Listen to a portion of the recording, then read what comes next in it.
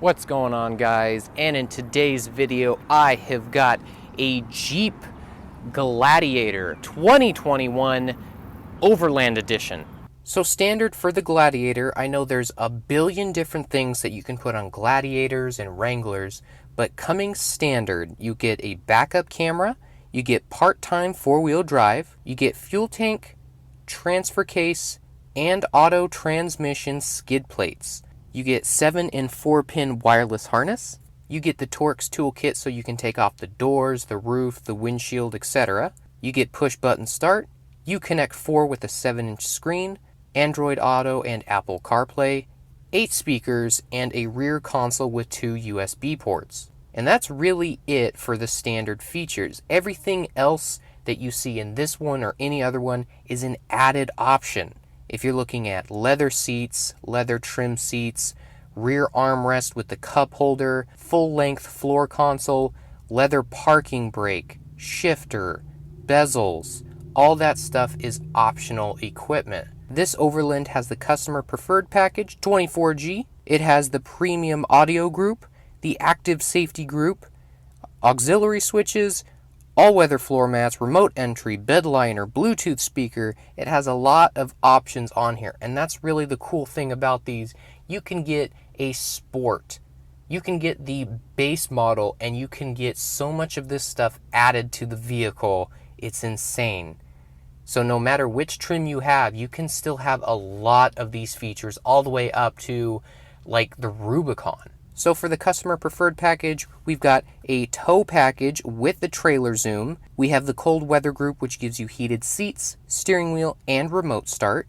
We have the LED lighting groups, which gives you everything LED, headlights, fog lights, tail lights, turn signals, and parking lights. This has the upgraded radio with premium audio, so you get the 8.4-inch Uconnect screen and you get the Alpine system. This one also has the added navigation. You have the off-road info pages, auto-dimming rear-view mirror.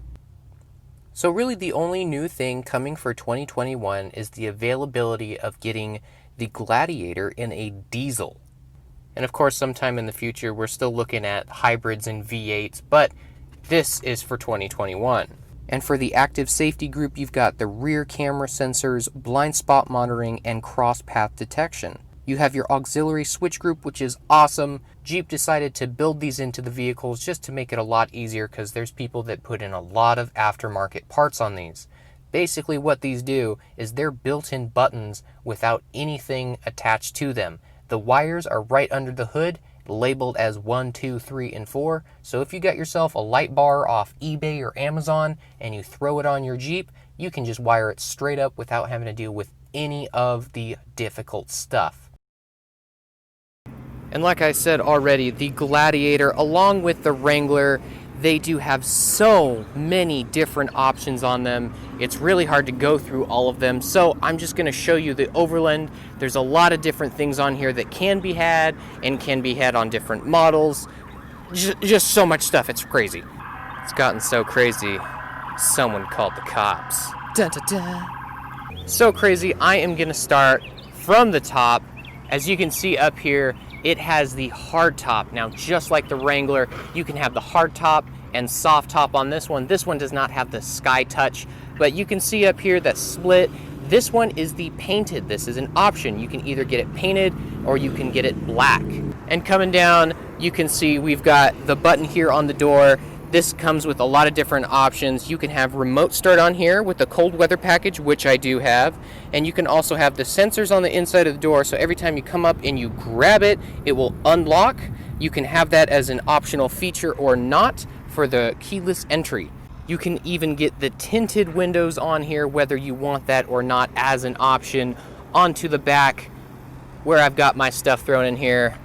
It's not a lot of stuff, but it's also a decent sized bed. It's a short bed. This is the only one that they're making currently. This size bed with this size cab configuration. It's all going to be the same until they come out with new models.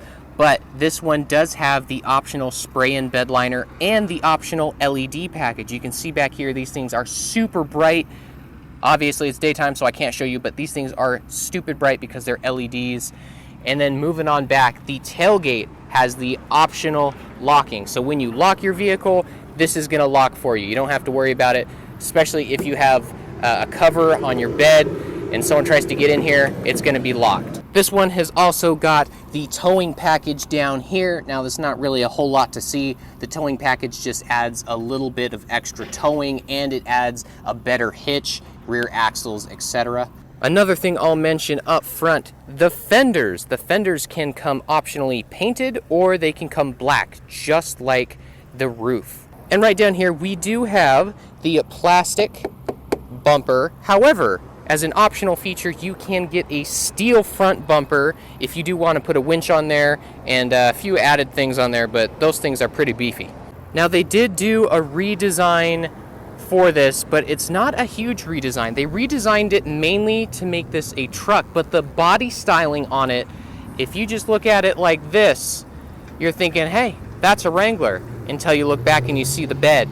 So it does act as a truck. They did change a lot of things around the frame and whatnot in order to make it a truck and be able to haul and tow. And you can kind of see more towards the back here in the cab configuration.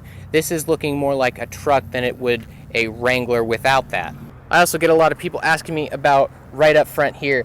These are actually little rubber stoppers and with built-in spray nozzles. So right up here, that's where you've got your spray for your windshield. But these are for when you put your windshield down. So on the inside, once you put that down, the windshield's gonna fold down and that's where it's gonna sit. It's the same thing for the Wranglers. And just like the Wranglers, they keep the same hood where there is no physical button on the inside or latch. You just have these on the outside, and once you get those done, there's the safety clip on here, which every vehicle has to have. You just pop that over and it comes right up. And this is the engine bay. This is the 3.6 liter V6. Like I said, you can get this in some different options, but this is the 3.6 that's in here. And strangely enough, right up here, took me forever to find this little guy. Usually it's down below, but to keep it up, that's what you got underneath here. Pretty standard, nothing special. Got the extra big battery because these bigger batteries are used for the start-stop system. So for the Gladiator, they did the exact same thing with the taillights as they do on the Wrangler. See how they kind of push out a little bit up here? They're the same exact thing for the Gladiator. So jumping in the back of this, there is a decent amount of room. It's not massively huge, just like the Wrangler, but it's also not small enough to where adults can't fit in the back seat. So if you look all the way in the back here, you do have the window back here that you can open. It's not automatic, it's manual, so you just grab this and open it straight up. Very simple, easy thing to do. I know some of our Ram trucks, it's automatic, but this one is manual. You've also got a really good sound system in here. As you know, open air design, you are going to have a really good loud sound system. So right here in the middle on our center console, we do have both of the vents. We've got them fully adjustable. These actually flip all the way through. You've got these through here, so you can have yours, person sitting over here can have theirs blown on them or closed. You also have your window switches back here, which is a different place to put them. It's the same thing up front. They're in the center rather than on the doors because the doors come off. And then down here you have USB charging. So you just pop that up. You've got USB-C and Type A. So you've got both of them ready to go down here. And you also get a 115 volt, 400 watt regular US outlet. And this one does come with the optional center armrest / cup holder. So here I am sitting in the driver's seat, and there's a lot of stuff to go over, but I did want to mention the automatic locks and automatic mirrors. These things actually can still be manual, at least in the Wranglers they can. I have to double check to see if it is in the Gladiators, but this is actually still an option.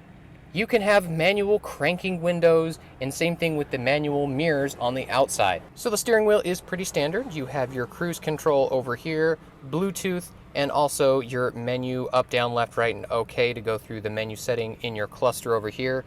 And then over on the left-hand side, we've got the knob and the dials and stuff for your headlights. So over here we have our headlight controls. You can have it all the way over to auto. You can also do your fog lights and your rear bed lights. If you turn that on, that'll turn the LEDs on in the bed.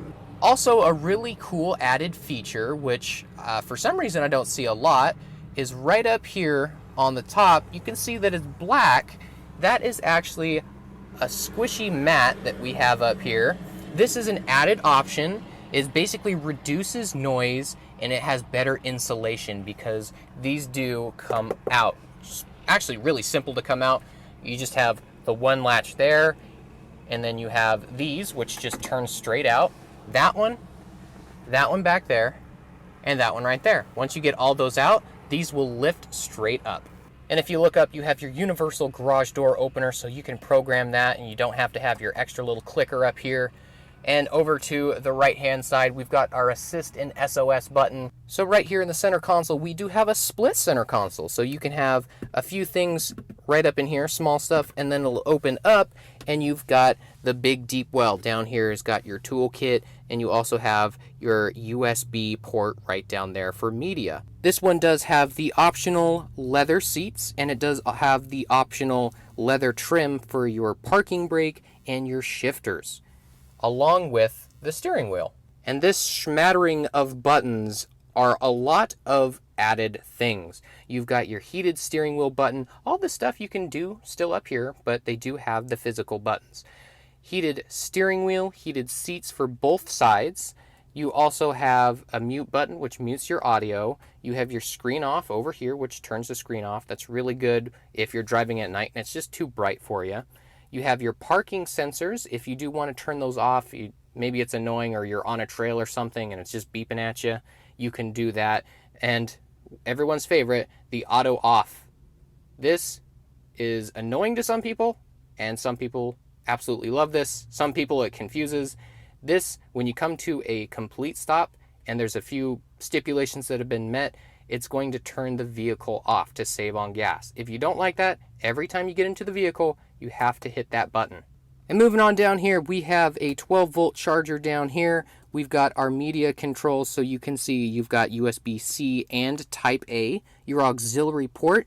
This is also where you have both your front and your rear window switches, so you can roll them up and roll them down from here.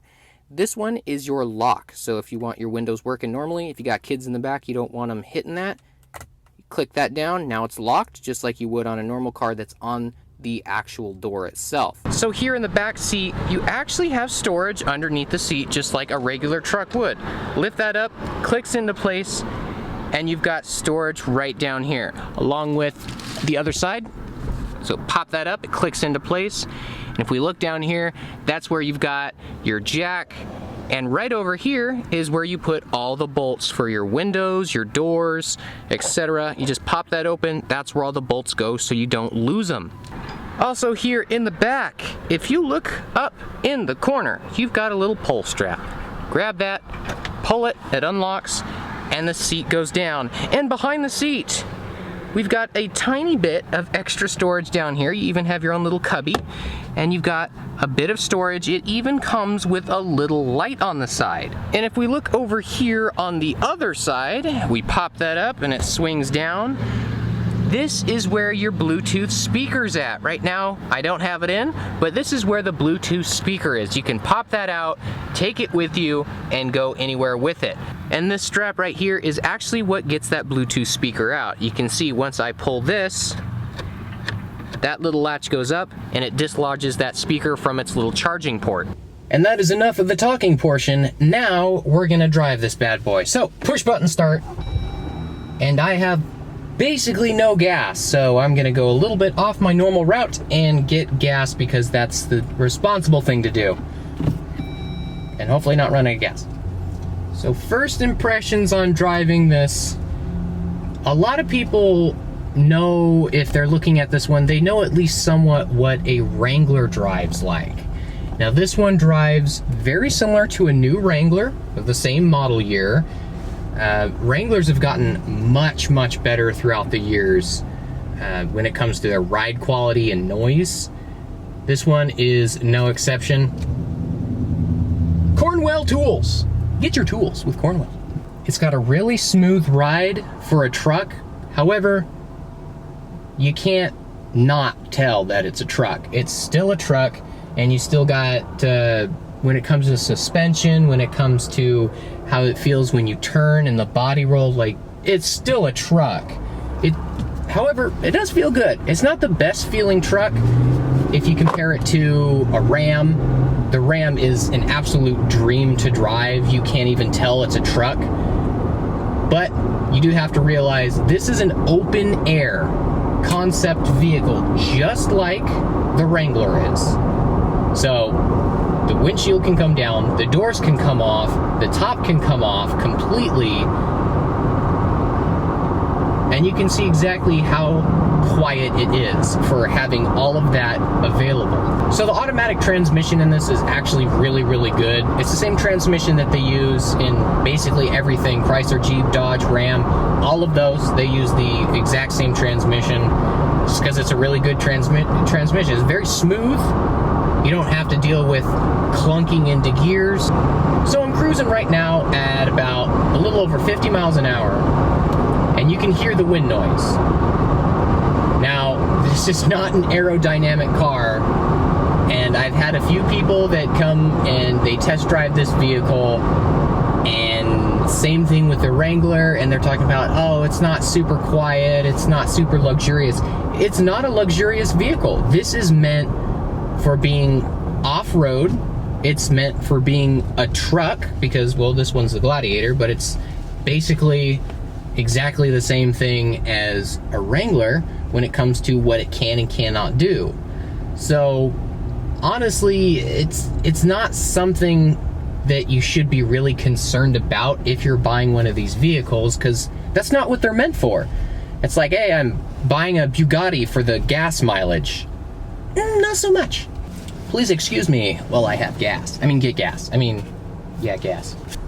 You know, there is one thing that other vehicles have, like the Ram truck and Ford, really any other truck has an option to have not a manual four-wheel drive selector switch, but they have automatic ones. So you can just hit four-wheel drive low, four-wheel drive high, etc.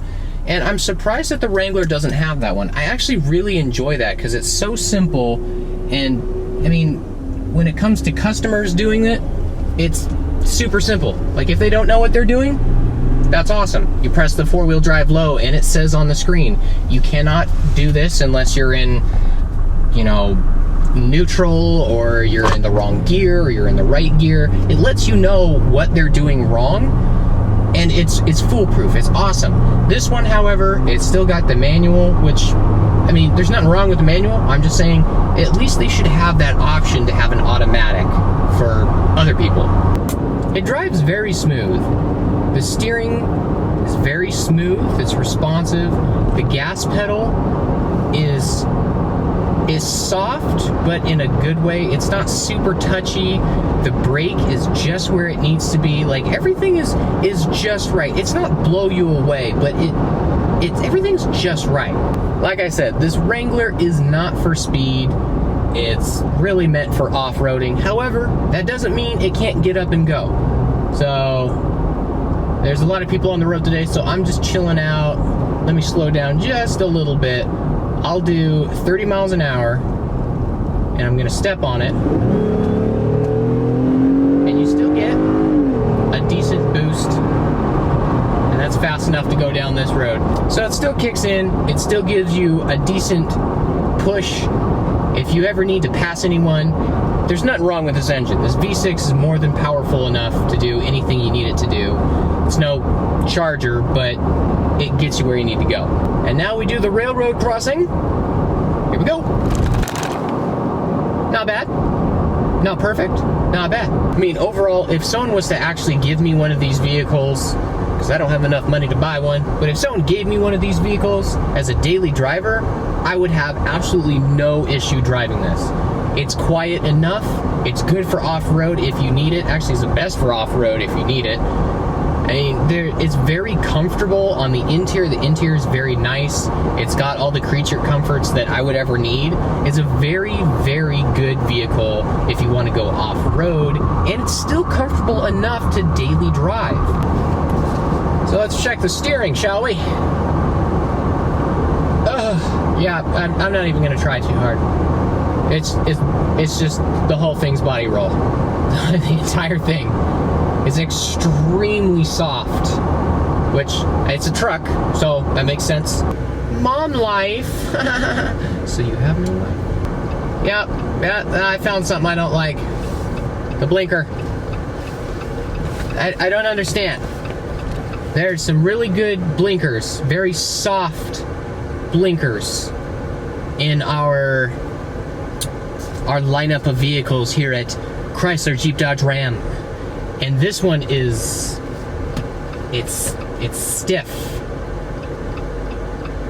I mean, you've got the soft touch, so you can get like 3 blinks up in there, but it's just a hard click down, and nah, I really don't like that. Oh God, we're going off-road! Turning radius, by the way, is not good. Not good at all. So overall, guys, I mean, I actually really liked it. Kind of surprising, because I'm not really much of a truck guy, but like I said, it's comfortable. The ride's not amazing, but it's meant for off-roading. That's the heritage that's behind the Jeep. So, I mean, if this is what you're looking for, and you want a truck and a Jeep in the same, this is perfect for you. And if you do want this, down below is all of my information that you need. Come see me and I'll help you find one. And I'll see you in the next review.